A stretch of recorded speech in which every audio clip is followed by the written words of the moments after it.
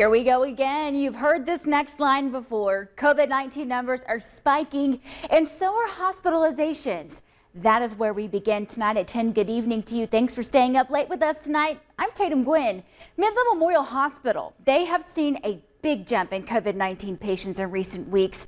Now, something different about this spike is that over 50% of them have wound up in critical care. Now, you're probably thinking, and why do I need to care about that? Well, let me tell you, the spike that we saw this summer, only 15 to 20% of those patients ended up in critical care.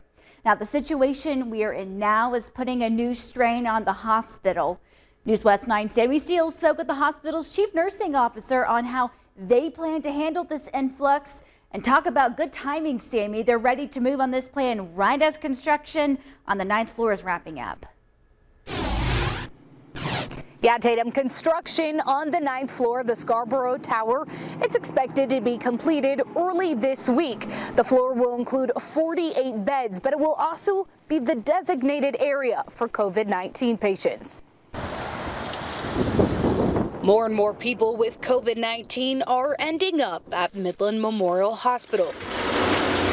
Soon, the hospital will have a designated floor for those battling the virus. We want to cohort the COVID patients together as much as possible. The 9th floor is the ideal space because we've designed it specifically to be able to handle this population, and the fact that every single room is individually monitored with reverse pressure isolation. So we know on every single room there's a visual indicator of whether it's maintaining its negative pressure. But what is negative pressure exactly? On a reverse isolation room, what happens is the air is actually pulled into the room from outside the halls, and then that air is then vented to the outside of the building. It's not put back into the building and circled through the HEPA filters. So the 9th floor specifically, the build is that we've had it all vented to the outside. Before COVID-19 patients can experience that negative pressure on the 9th floor, the hospital has to move them, and that is no small feat. This is definitely going to be something that we have never really done before. Even when we opened the new tower, when we moved patients from the old tower into the new tower, everything was already in the new tower. So we weren't having to move equipment and everything else. We were just taking the patients and moving them.